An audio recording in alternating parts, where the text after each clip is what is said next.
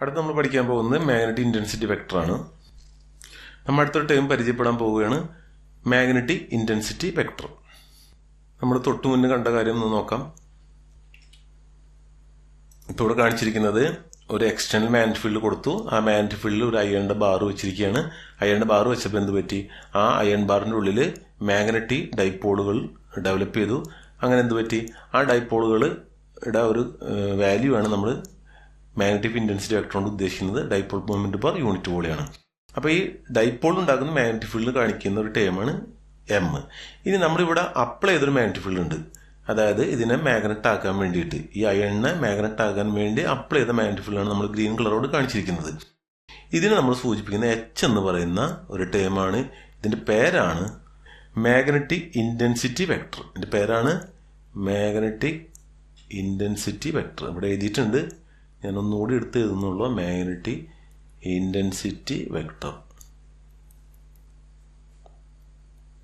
അപ്പൊ എന്താണ് magnetic intensity vector എന്ന് ഉദ്ദേശിക്കുന്നത്?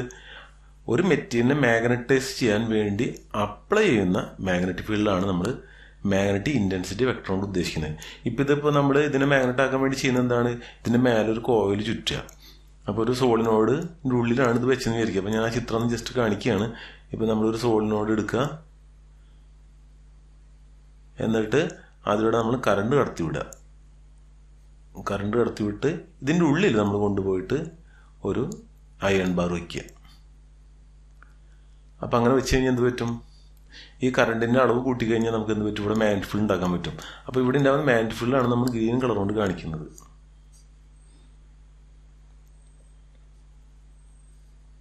ഇങ്ങനെ ഇതിന് ചുറ്റും മാഗ്നറ്റിക് ഫീൽഡ് ഉണ്ടാവും. ആ മാഗ്നറ്റിക് ഫീൽഡാണ് ആയിരിക്കുന്നത്? ഈ അയൺ ബാർ ഇരിക്കുന്നത്. അപ്പോൾ അയൺ ബാറിന്റെ ഉള്ളിൽ എന്തുണ്ടാവും? മാഗ്നറ്റിക് ഡൈപോളുകൾ ഡെവലപ്പ് ചെയ്യും. അപ്പോൾ അതിന്റെ അളവ് നമ്മൾ എങ്ങനെ കാണിക്കും? ഇതിന്റെ ഉള്ളിൽ ഡെവലപ്പ് ചെയ്ത, നമ്മൾ ഈ കളർ കാണിച്ചല്ലോ, ഇങ്ങനെ കാണിച്ചിരുന്നു, ഈ കളർ കൊണ്ട് കാണിച്ചിരുന്നു. അപ്പോൾ ഈ കളറിൽ കാണുന്നത് ഇവിടെ ഡൈപോളുകൾ ഡെവലപ്പ് ചെയ്യാണ്. ആ ഡൈപോളുകൾ ഉണ്ടാക്കിയത് ഡെവലപ്പ് ചെയ്ത ഫീൽഡാണ്. അതാണ് ആ ഫീൽഡിനെ നമ്മൾ എച്ച് എന്ന് പറയുന്നത്. അപ്പോൾ എച്ച് എന്ന് പറയുന്നത് എക്സ്റ്റേണൽ ആയിട്ട് കൊടുക്കുന്ന ഒരു മാഗ്നറ്റിക് ഫീൽഡാണ്. അതാണ് ഇവിടെ എന്തുണ്ടാക്കുന്നത്? ഡൈപോളുകളെ ഡെവലപ്പ് ചെയ്യുന്നത്. അപ്പോൾ മാഗ്നറ്റിക് ഇന്റൻസിറ്റി വെക്ടർ കൊണ്ട് ഉദ്ദേശിക്കുന്നത് it is a external field applied to material to develop magnetism. Magnetism develop ചെയ്യാൻ വേണ്ടിയിട്ട് എക്സ്റ്റേണൽ ആയിട്ട് കൊടുത്ത മാഗ്നറ്റിക് ഫീൽഡാണ് നമ്മൾ മാഗ്നറ്റിക് ഇന്റൻസിറ്റി വെക്ടർ എന്ന് പറയുന്നത്.